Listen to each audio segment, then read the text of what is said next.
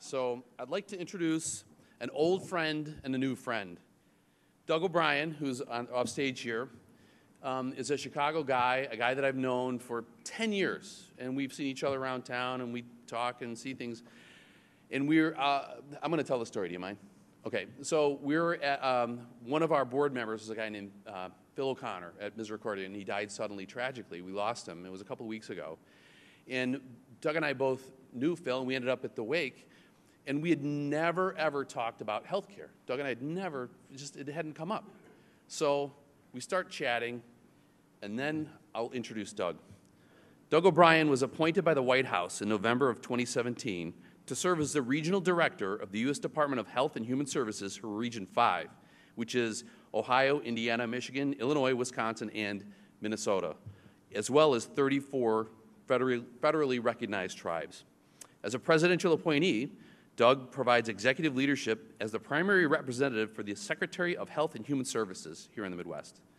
The Office of the Regional Director is also tasked with intergovernmental and external affairs, bringing together federal, state, local, and tribal government organizations, along with other external partners.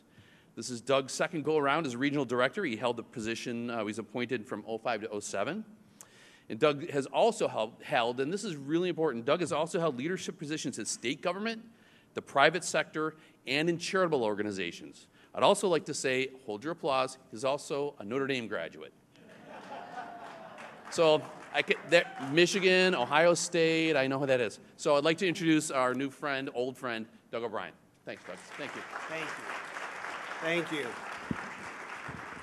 And for those of you who knew Phil O'Connor, it's pretty unique that he is still working his magic. And I'm here to talk with Together for Choices because of Phil. But when Brian and I were talking, it became readily apparent that I wanted to come here and help welcome all of you who have traveled here to Chicago and to welcome you on behalf of Secretary Azar and the Department of Health and Human Services. I know that, unfortunately, for families who have members who have disabilities, you have a lot more interface with government than you ever wanted to have. And not all of it is positive. I'm willing to accept that. But one of the things, and an important message that I wanted to bring today, because I've heard from a lot of people, even talking to some folks tonight, the frustration that a lot of you feel about how the policy pendulum swings or how policy trends move forward. But one of the things that's really important and something that is a hallmark of Secretary Azar's work at HHS, and indeed all of the senior leadership at HHS, as Brian mentioned, I'm back for my second go-around, and the main reason for that is that a lot of people I worked with before are also back. Secretary Azar was the deputy secretary when I was there before. So many of the other senior leaders have come back. We understand the department. We understand the policy issues that we're working on. We understand the constituencies. We understand the stakeholders. And one of the most important things that all of us bring as a commitment is that ultimately we want people, families, communities to have the most choices and the most say-so in how, where, when they get the care and social services that they need.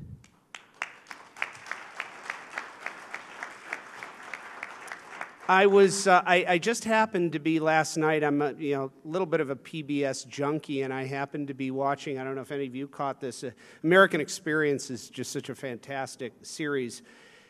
And there was an episode about eugenics, and we don't want to get, that is not a fun subject.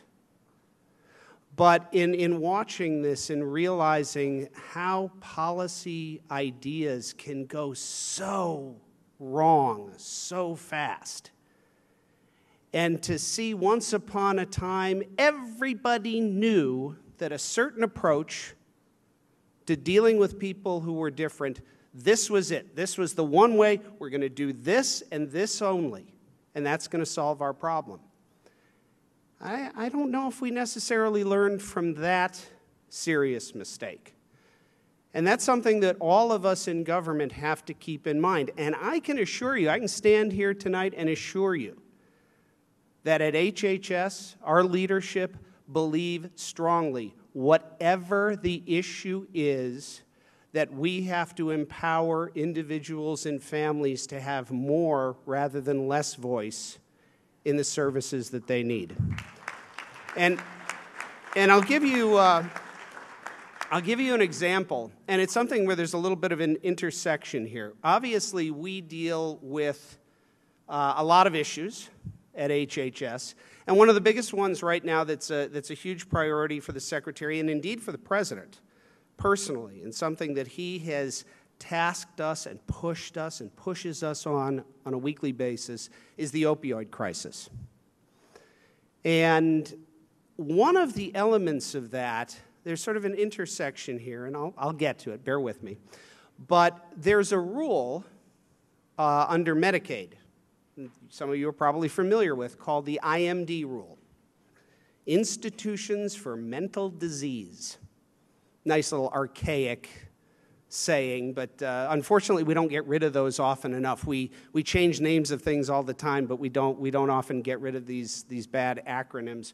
But the IMD rule places a limit on the size of an institution that Medicaid can reimburse to care for behavioral health patients, and substance use disorder falls into that category.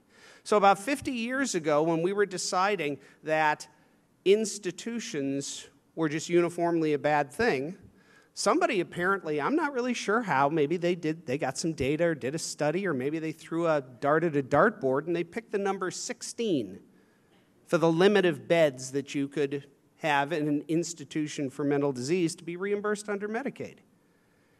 And now we have this huge opioid crisis, and we have a desperate need for beds, for inpatient beds, for people who need treatment. And our own rule stands in the way. And we have so many providers who say to us, we'll open more beds tomorrow, but it's illegal. And it's just another example and something that we're moving fast on. Fortunately, Congress has helped us address this and is working with some legislation to relieve us on that rule. And we're also doing waivers with a number of states, including Illinois, to waive that rule. But it's an example of how we put these rules in place because, by golly, we are absolutely sure that what we're doing is the right way to do it, and don't you dare tell us differently.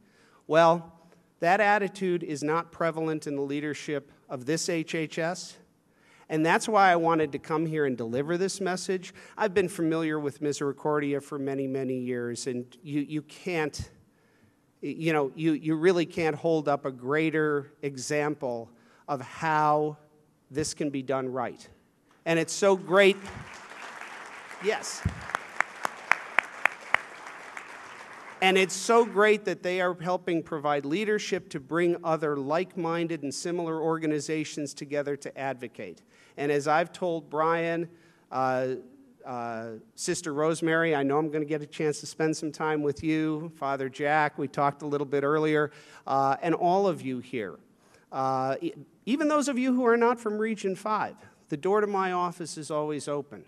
We're here in the regions, we represent the Secretary, and one of the biggest functions that we have is to be able to be in the community, to be able to talk to leaders, hear their voices, hear the advocates, and bring those messages back to D.C. Because if we made policy in a vacuum out there, you would really not like the product. And our Secretary is committed to ensuring that he has a direct line of communication.